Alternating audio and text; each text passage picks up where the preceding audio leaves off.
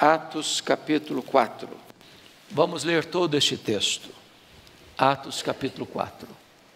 Falavam eles ainda ao povo quando sobrevieram os sacerdotes, o capitão do templo e os saduceus, ressentidos por ensinarem eles o povo e anunciarem em Jesus a ressurreição dentre os mortos. E os prenderam, recolhendo-os ao cárcere até o dia seguinte, pois já era tarde. Muitos, porém, dos que ouviram a palavra, a aceitaram, subindo o número de homens a quase 5.000. No dia seguinte, reuniram-se em Jerusalém as autoridades, os anciãos e os escribas, com o sumo sacerdote Anás, Caifás, João, Alexandre e todos os que eram da linhagem do sumo sacerdote. E pondo-os perante eles, os arguíram: com que poder, ou em nome de quem fizestes isto?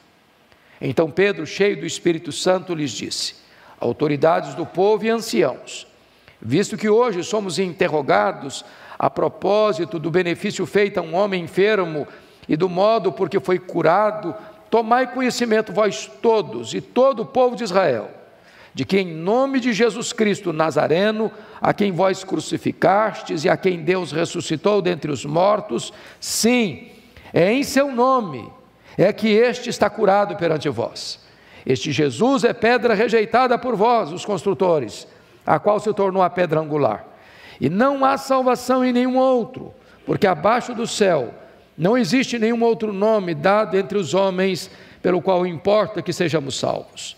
Ao verem a intrepidez de Pedro e João, sabendo que eram homens iletrados e incultos, admiraram-se e reconheceram que haviam estado eles com Jesus, para não mais falarem neste nome a quem quer que seja. Chamando-os, ordenaram-lhes que absolutamente não falassem nem ensinassem em o nome de Jesus. Mas Pedro e João lhes responderam: julgai se é justo diante de Deus ouvir-vos antes a vós outros do que a Deus, pois nós não podemos deixar de falar das coisas que vimos e ouvimos. Depois, ameaçando-os mais ainda, os soltaram, não tendo achado como os castigar por causa do povo, porque todos glorificavam a Deus pelo que acontecera. Ora, tinha mais de 40 anos aquele em quem se operara essa cura milagrosa. Uma vez soltos, procuraram os irmãos e lhes contaram quantas coisas lhe haviam dito os principais sacerdotes e os anciãos. Ouvindo isto, unânimes levantaram a voz a Deus e disseram: Tu, soberano Senhor, que fizeste o céu, a terra, o mar e tudo o que neles há, que disseste por intermédio do Espírito Santo, por boca de Davi, nosso pai, teu servo, por que se enfureceram os gentios e os povos imaginaram coisas vãs? Levantaram-se os reis da terra e as autoridades ajuntaram-se a uma contra o Senhor e contra o seu ungido, porque verdadeiramente se ajuntaram nessa cidade contra o teu santo servo Jesus, ao qual ungiste Herodes e Pôncio Pilatos, com gentios e gente de Israel, para fazerem tudo o que a tua mão e o teu propósito predeterminaram. Agora, Senhor, olha para as suas ameaças e concede aos teus servos que anunciem com toda a intrepidez a tua palavra, enquanto estendes a mão para fazer. Meus irmãos, eu gostaria de falar de forma breve nesta manhã sobre uma igreja cheia do Espírito Santo. O Pentecostes acontece depois de 10 dias que os 120 discípulos estavam reunidos, unânimes em oração, no cenáculo, no Monte Sião, em Jerusalém. E o derramamento do Espírito foi uma espécie de divisor de águas na história do cristianismo, porque aqueles homens que outrora estavam trancados com medo dos judeus, agora estão trancados porque são ousados em pregar o nome de Jesus. Antes de serem revestidos com o poder do Espírito Santo, eles estavam transtornados, mas agora, cheios do Espírito Santo, são eles que transtornam o mundo. Antes, eles tinham o Espírito Santo, porque Jesus soprou sobre eles o Espírito Santo, mas agora, é o Espírito Santo que os tem. Antes, eles tinham o Espírito Santo residente, agora eles têm o Espírito Santo presidente. Antes o Espírito Santo estava neles, agora o Espírito Santo está sobre eles. Quando o Espírito Santo desce de forma visível, diz a Escritura, que colunas como de fogo desceu, uma sobre cada um deles. O Espírito Santo desce sobre eles de forma audível, e diz a Bíblia que era um som como de um vento impetuoso. O Espírito Santo desce sobre eles de forma misteriosa, como que vem um vento e entra em toda a casa, então todos são cheios do Espírito Santo. E aquele Pedro, outrora covarde, agora é um gigante de Deus, se levanta para pregar um sermão cristocêntrico, e o resultado é que quase 3.000 pessoas são convertidas. Agora, diz a Bíblia que Pedro e João vão ao templo para orar. São 3 horas da tarde. E enquanto eles caminham na Porta Formosa, tem um paralítico que pede uma esmola. E diz a Bíblia que Pedro e João respondem assim: nós não temos ouro, nós não temos prata. E Pedro então diz: mas o que eu tenho, isso eu te dou. Em nome de Jesus, o Nazareno, levanta e anda. E o homem se levantou completamente curado. Então isso provocou uma grande mobilização popular, a multidão se ajunta de novo, e Pedro vai pregar o seu segundo sermão em Jerusalém, e quando ele termina de pregar, diz a Bíblia que o número de homens cresce para quase 5.000 pessoas. Isso provoca certamente uma reação do Sinédrio, mormente daquelas autoridades, sacerdotes, o capitão do templo, os saduceus, que ressentidos de Pedro estar ensinando o povo, encerrar os apóstolos em prisão, reconhecendo, entretanto, sobre a coragem, a intrepidez daqueles homens, constatar que eles estiveram com Jesus, e mesmo que tenham ameaçado aqueles homens para que não pregassem este nome, nem ensinassem este nome, Pedro respondeu para eles: o que vocês estão imaginando? Pedro e João, curvada diante da prisão ou da ameaça, ela ora, e ela clama a Deus, e ela reconhece que a fúria dos homens não anula os propósitos de Deus. E ao fim dessa reunião de oração, diz a Bíblia que a casa tremeu, que todos ficaram cheios do Espírito Santo, e em vez de recuarem amedrontados, eles com mais intrepidez ainda pregavam a palavra de Deus. Aqui eu chamo essa atenção para a primeira lição que eu quero destacar. Uma igreja cheia do Espírito Santo é uma igreja que triunfa mesmo diante das adversidades. Vejam vocês comigo no versículo 10, por gentileza. A igreja glorifica a Deus na perseguição, porque quando eles foram arguidos pelas autoridades, no versículo de número 7, com que poder ou em nome de quem fizestes isto? Pedro poderia responder: bom, é porque eu sou um homem cheio do Espírito Santo, é porque agora vocês não podem conosco, porque agora nós temos autoridade e poder. Pedro poderia ter levantado e atraído para si os holofotes, para enaltecer o seu nome, mas não foi o que ele fez. A resposta dele é categórica. Vejam vocês, no versículo 10: tomai conhecimento vós todos e todo o povo de Israel, que em nome de Jesus Cristo Nazareno, a quem vós crucificaste, a quem Deus ressuscitou dentre os mortos, sim, é em seu nome que está curado este homem perante vós. Meus amados irmãos, na hora que nós enfrentamos algum problema ou algum sofrimento na vida, a pergunta não é o que eu devo fazer para que esse sofrimento acabe, para que esta perseguição cesse.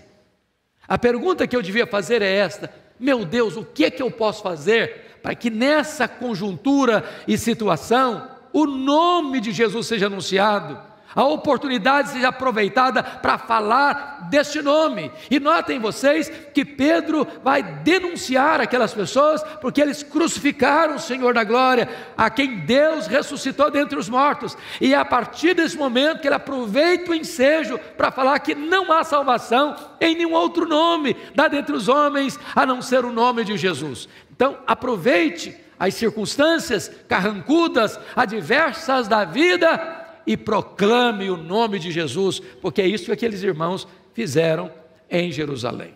Mas a segunda coisa que eu gostaria de destacar é que a igreja mantém corajosa atitude e fidelidade a Deus diante da ameaça. Olha comigo o versículo 18, 19 e 20. Chamando-os, ordenaram-lhes que absolutamente não falassem, nem ensinassem em nome de Jesus. Mas Pedro e João lhes responderam: julgai ser justo diante de Deus, ouvir-vos antes a vós outros do que a Deus, pois nós não podemos deixar de falar das coisas que vimos e ouvimos. Meus amados, aqui entra aquilo que nós chamaríamos de duas autoridades em conflito. O sinédrio judaico era uma autoridade, composto de 71 membros, 70 membros, mais o sumo sacerdote, que era o presidente do conselho. Em Israel, eles tinham autoridade máxima debaixo do poder romano. Mas eles estão dando uma ordem para esses discípulos: vocês não podem pregar mais, vocês não podem ensinar mais, vocês têm que se calar. E o que esses irmãos fizeram? Nós não vamos calar. Vocês são autoridade, mas nós temos uma autoridade acima de vocês. A autoridade suprema não é vocês, é Deus. E nós estamos debaixo da autoridade de Deus. Então nós vamos desobedecer a vocês, porque nós temos que obedecer à autoridade máxima, maior, que é o próprio Deus. Foi Ele quem nos comissionou, foi Ele quem nos mandou, e nós não vamos falar, e nós não vamos calar, e nós não vamos nos intimidar, nós não vamos recuar. Agora, pensem vocês que isso pode acontecer hoje diante de um outro cenário. Imagine que surge uma lei de uma autoridade civil, de uma autoridade política, de uma autoridade de Estado, dizendo: a igreja não pode pregar mais, a igreja não pode testemunhar mais, a igreja não pode ensinar mais. Aí a igreja vai precisar dizer o seguinte: antes devemos obedecer a Deus do que aos homens. Que venham perseguições, que venham lutas, que venham provas, que venham dificuldades, mas a igreja jamais cessará de pregar a palavra, porque está debaixo da autoridade maior, que é o próprio Deus. Vejam vocês um fato muito curioso que aconteceu no Império Romano, na época de Sétimo Severo, o imperador, que havia uma mulher da nobreza chamada Perpétua. Essa mulher tinha 5 filhos, e esta mulher foi presa com seus filhos e ordenada a negar o nome de Jesus. E ela disse: eu não vou negar o nome de Jesus, pois se você não negar, nós vamos açoitar você e os seus filhos. Nós não vamos negar a Jesus. Se você não negar a Jesus, nós vamos matar os seus filhos. Ela disse: nós não vamos negar a Jesus. E impuseram àquela mulher as mais terríveis aflições. Mataram um por um de seus filhos, na presença dela, de formas diferentes. E ela encorajando os seus filhos a não negar o nome de Jesus. Depois que ela viu todos os seus filhos morrerem, proclamando o nome de Jesus, o algoz, o carrasco, infligiu a ela terríveis sofrimentos.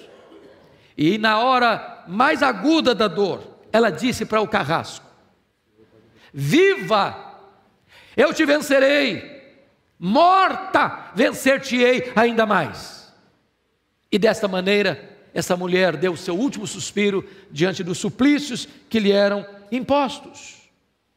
Meus irmãos, às vezes, em tempos difíceis, o diabo vem dizendo para você: olha, você tem que negociar, você tem que contemporizar, você tem que amaciar, você não pode ser tão ousado, você negocia agora para ganhar lá na frente, você se cala agora, porque você vai ter depois outras oportunidades de falar.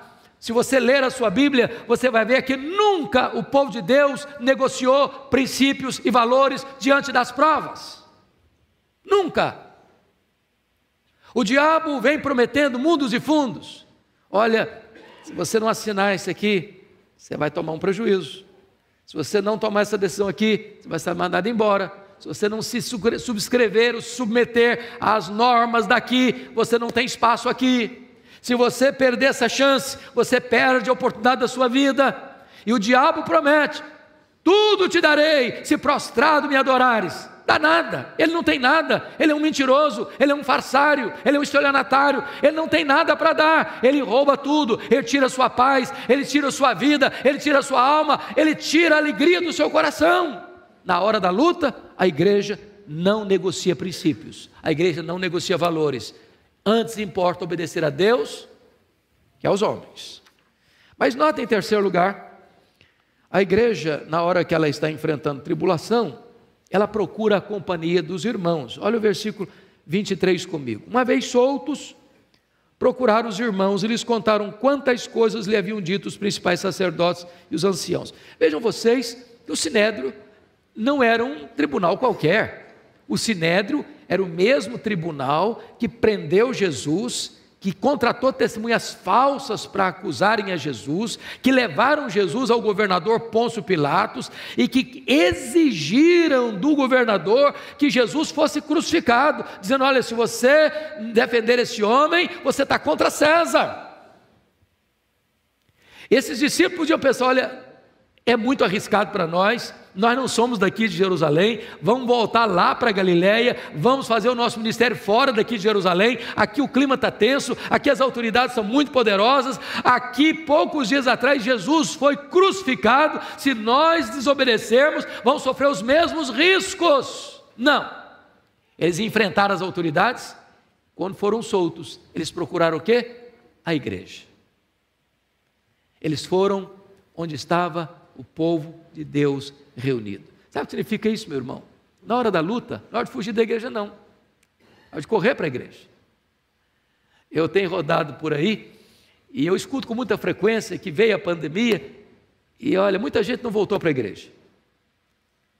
E tem gente que às vezes, diante de uma situação difícil ou adversa, seja um problema de uma pandemia, seja uma perseguição, seja uma luta que passa em casa, ou uma crise familiar, não vou mais para a igreja também não.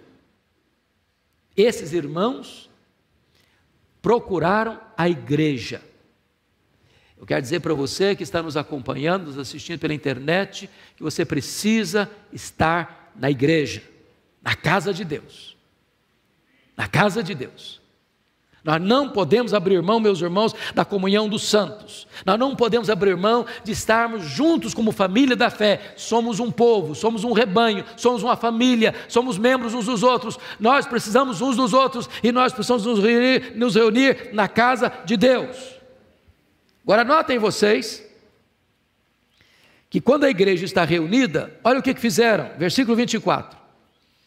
Ouvindo isto, unânimes levantaram a voz a Deus e disseram: Tu, soberano Senhor, que fizeste o céu, a terra, o mar e tudo que neles há, que disseste por intermédio do Espírito Santo, por boca de Davi, nosso pai, teu servo.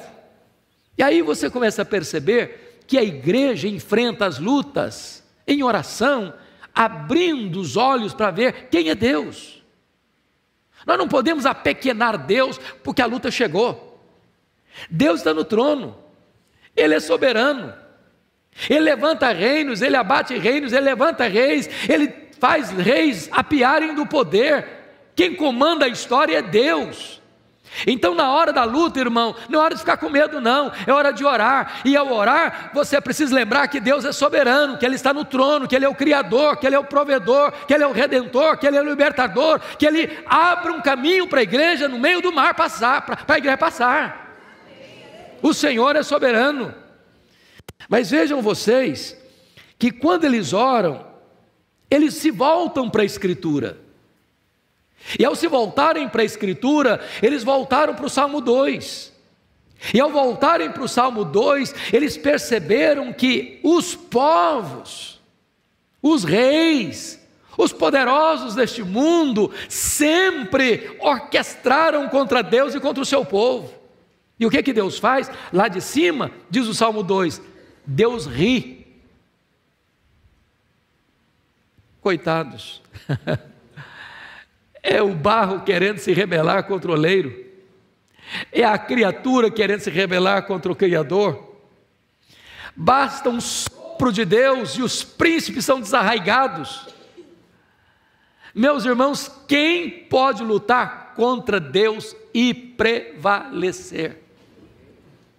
Se você percebeu aqui, os inimigos se tornam amigos quando se trata de perseguir a igreja de Deus. Vejam vocês o que acontece, versículo 27, Herodes e Pôncio Pilatos eram inimigos, mas quando se tratou de perseguir Jesus, eles se reconciliaram. Notem vocês que gentios e gente de Israel eram inimigos, mas quando se trata de atacar Jesus, de crucificar Jesus, eles se juntaram. Porém, eu pergunto a vocês, quando Pilatos e Herodes, ou quando gentios e judeus se uniram para crucificar Jesus, frustrou o plano de Deus? Os homens desfizeram o plano de Deus? Não. Vejam vocês o que é que Pedro entende. Versículo 28, você pode ler comigo em voz alta? Para fazerem tudo o que a tua mão e o teu propósito predeterminaram. Louvado seja Deus. O homem, mesmo que furioso, mesmo que orquestrando, mesmo que mancomunando, mesmo que atacando a igreja, o que é que eles podem fazer? Apenas cumprir a agenda que Deus já estabeleceu desde toda a eternidade. Louvado seja o Senhor. Mas, meus amados, vejam vocês mais alguma coisa que me impressiona aqui no texto. Eles, no versículo 29, agora, Senhor, olha para as suas ameaças e concede aos teus servos que anunciem com toda a intrepidez a tua palavra. O que eles estão pedindo? Eles estão pedindo, olha, Deus, amarra o inimigo. Deus, fuzila o inimigo. Deus, derrota o inimigo, acaba com o inimigo, mata o inimigo, Senhor. Deus, nos livra de sofrer, está doendo. Não. O que eles estão pedindo? Eles estão pedindo para o problema parar, não. Eles estão pedindo para a dor cessar, não. Eles estão pedindo para que Deus lhes dê o quê? Intrepidez, para pregar mais ainda. Às vezes, meus irmãos, Deus permite a gente passar por uma situação difícil, a igreja passar por uma situação difícil, para que a igreja seja revestida com poder, para isso impactar o mundo. Se nós olharmos a agenda global hoje, no mundo todo o cerco está fechando. Está fechando. E o que nós vamos pedir para Deus não é para o problema cessar, não, é para a igreja ser revestida com poder, para que a igreja tenha intrepidez, para que nessa conjuntura a igreja se levante para pregar com mais ousadia a palavra de Deus, porque ninguém pode parar uma igreja cheia do Espírito Santo, ninguém pode deter os passos de uma igreja revestida com o poder do Espírito Santo. Mas, me permita, queridos irmãos, só lembrar um fato no verso 29 que é relevante. Agora, Senhor, olha para as suas ameaças e concede aos teus servos que anunciem com toda intrepidez a tua palavra. O que eles estão anunciando? Não é um outro evangelho, não é a teologia da prosperidade, não é um programa de coaching, não é supostos milagres operados por supostos homens de Deus. O que eles estão anunciando? É o evangelho, é a palavra de Deus, é a palavra viva, é a palavra poderosa. É isso que a igreja precisa proclamar. Meus irmãos, as pessoas têm fome, não de pão, mas da palavra. É necessário anunciar a palavra, porque essa palavra é viva, essa palavra é poderosa, essa palavra liberta, essa palavra transforma, essa palavra cura, essa palavra vem de Deus, e Deus opera por meio dela. Mas agora, me permita o segundo ponto que eu quero tratar. Uma igreja que experimenta também as extraordinárias intervenções de Deus. A primeira coisa, dá uma olhadinha no versículo 13 comigo. Eles recebem uma qualidade de vida que é notória, ninguém pode negar. Ao verem a intrepidez de Pedro e João, sabendo que eram homens iletrados e incultos, admiraram-se e reconheceram que haviam eles estado com Jesus. Eles eram iletrados, não no sentido de que eram analfabetos, não. A ideia não é que eram analfabetos. Eles não tinham toda a cultura, a doutoranda dos principais sacerdotes, dos escribas, dos doutores da lei. Eles eram pescadores, eram homens simples lá da Galileia. Mas uma coisa eles tinham autoridade, eles tinham poder. Eles não tinham dinheiro. Olha, nós não temos ouro, nós não temos prata.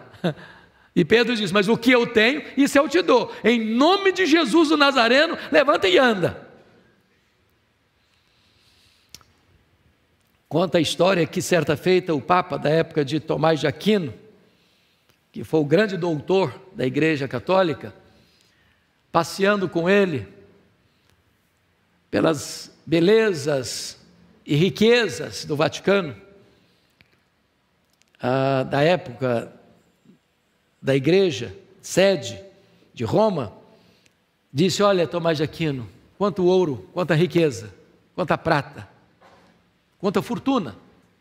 Hoje nós não poderíamos dizer mais, como Pedro e João disseram para aquele paralítico, não temos ouro nem prata, temos muito ouro, temos muita prata.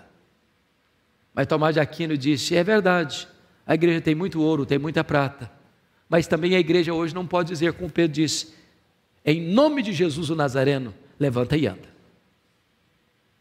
A igreja precisa de poder espiritual, autoridade espiritual. Esses homens eram iletrados, mas eles tinham ousadia. Eles estavam presos algumas vezes, mas eles sabiam, todos sabiam, que esses homens tinham estado com Jesus. A grande pergunta talvez é essa, meu Deus, será que as pessoas sabem que nós estamos com Jesus, que nós estivemos com Jesus? Será que as pessoas notam em nós essa ousadia do nome de Jesus? Vejam vocês, versículos 14 e 16, vendo com eles o homem que fora curado, nada tinham em dizer o contrário. E mandando sair do sinédrio, consultavam entre si, dizendo, que faremos com esses homens? Pois na verdade é manifesto a todos os habitantes de Jerusalém, que um sinal notório foi feito por eles, e não podemos negar. Meus irmãos, o cristianismo é a religião dos fatos, Eles tinham um milagre na mão. Não há maior testemunho do que esse, meus irmãos.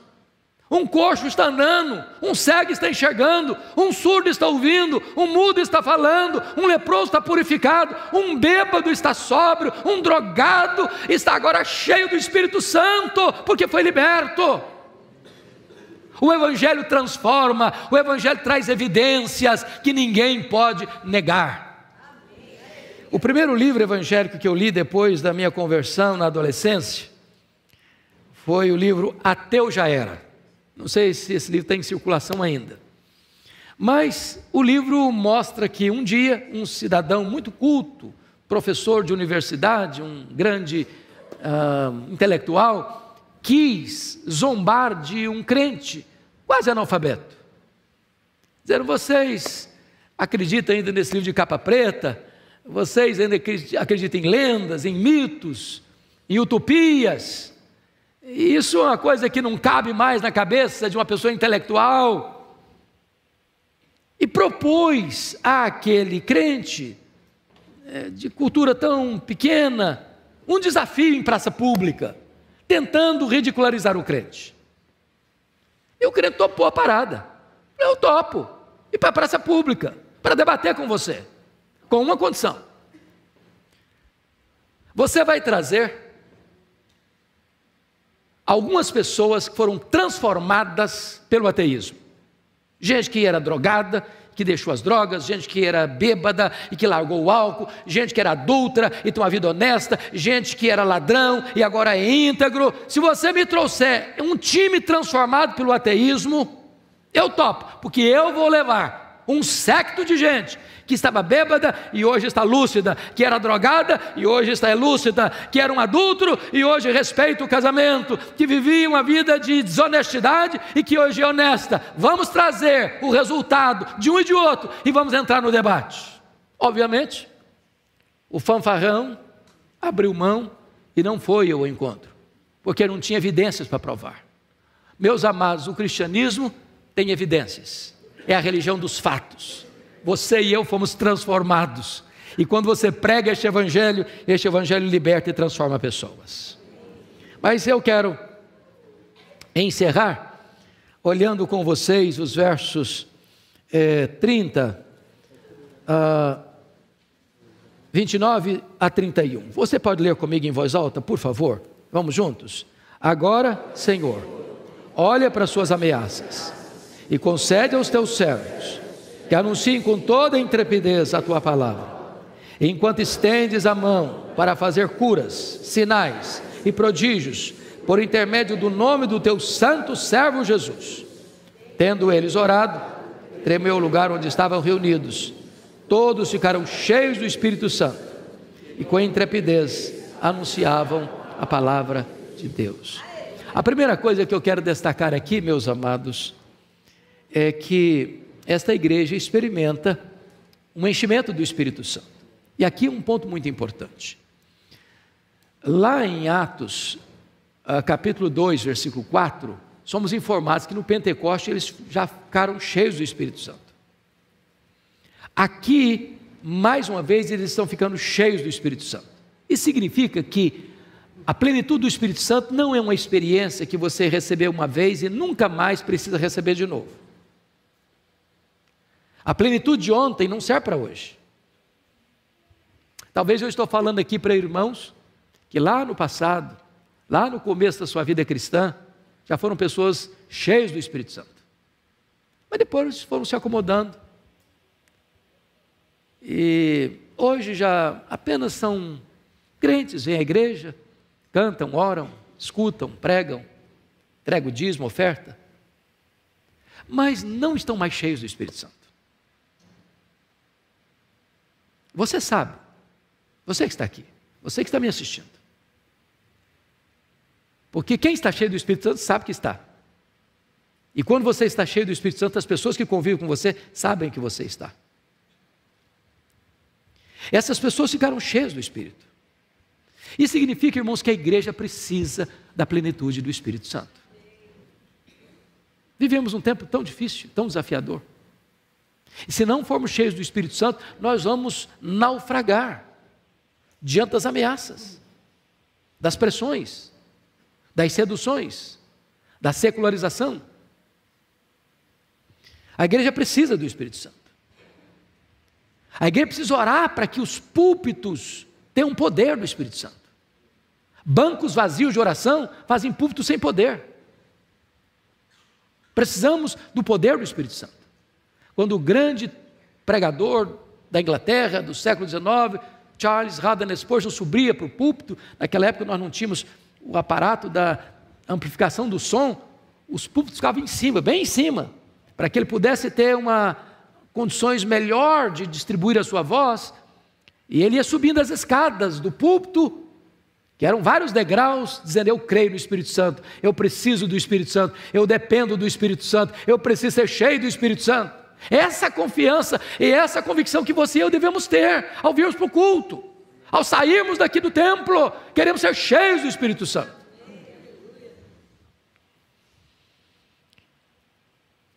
Sem o Espírito Santo, irmãos, nós vamos querer fazer a obra de Deus, vamos tentar fazer a obra de Deus, como alguém saindo para derrubar uma árvore e tentar derrubar a árvore com o cabo do machado. Você precisa afiar o machado. Como já dizia alguém com muita intrepidez, é mais fácil eu acreditar que um leão tornar-se-á vegetariano do que uma vida sequer ser salva sem o poder do Espírito Santo. Nós precisamos do Espírito Santo. A segunda coisa é que essa igreja, meus amados irmãos, é uma igreja aberta para ver os prodígios de Jesus. Ela tem expectativa disso. Vejam vocês que quando se trata de pregar, concede aos teus servos que anunciem com toda intrepidez a tua palavra. Anunciar com intrepidez a palavra é missão de quem? Da igreja.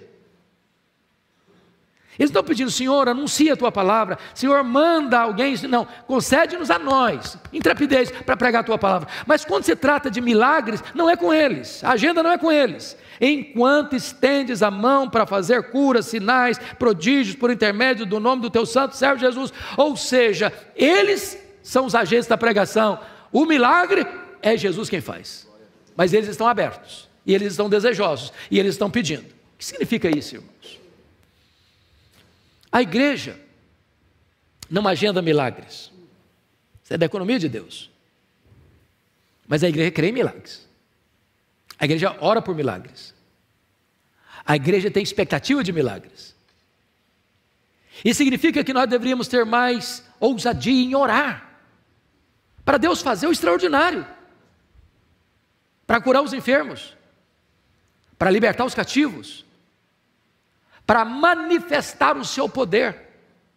Quando eu leio a história da missiologia, via de regra, você lendo os missionários pioneiros que chegaram em lugares hostis, via de regra o Senhor realiza ali um milagre para que as pessoas saibam que Deus é Deus. Porque hoje às vezes muita gente está adotando uma teologia e diz o seguinte: bom, gente, vamos tapar o sol com a peneira, vamos tentar justificar a nossa aridez espiritual. Ó, gente, milagres aconteceram lá no passado, não acontecem mais, cessaram. Não cessou não, não cessou, não cessou. A Bíblia diz que Deus é o mesmo, o Senhor Jesus é o mesmo ontem, é o mesmo hoje, para sempre será o mesmo. Ele tem todo o poder, Ele tem toda a autoridade, Ele não diminuiu o seu poder, Ele pode fazer e Ele faz onde quer, quando quer, com quem quer, para o louvor da sua glória. Cabe à igreja orar, cabe à igreja crer, cabe à igreja esperar as manifestações poderosas da ação divina no seu meio. Louvado seja Deus. A pergunta então para encerrar é: você está cheio do Espírito Santo, irmão? Você está cheio do Espírito Santo, minha irmã? Você quer isso para a sua vida? Porque agora a igreja é cada um de nós, cada um de per si. Eu quero orar com você, quero orar por você. Se você anseia ardentemente ser uma pessoa cheia do Espírito Santo, você poderia ficar em pé nesse momento, enquanto a igreja vai orar e clamar ao Senhor por isso. Vamos orar ao Senhor.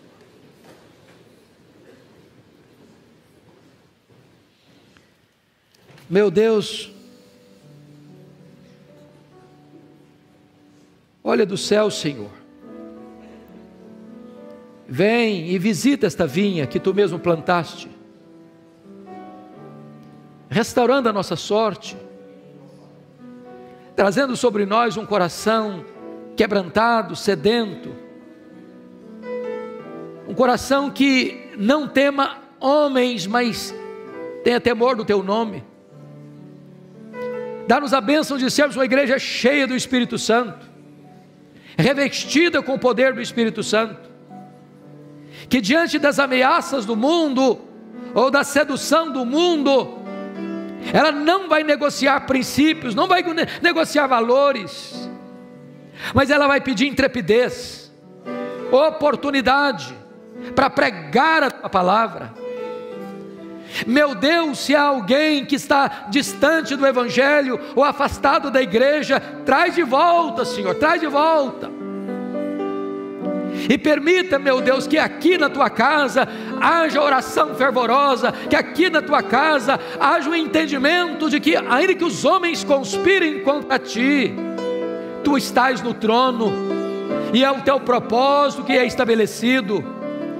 Ah, meu Deus, nós oramos pela manifestação do Teu poder no meio da Tua igreja, que os enfermos sejam curados, que os cativos sejam libertos, que aqueles que vivem independentes do álcool, das drogas, do sexo ilícito, sejam libertos, perdoados, transformados para a glória do Teu nome. Oh Senhor, louvado seja o Teu nome. Revista-nos com o Teu poder nesta manhã.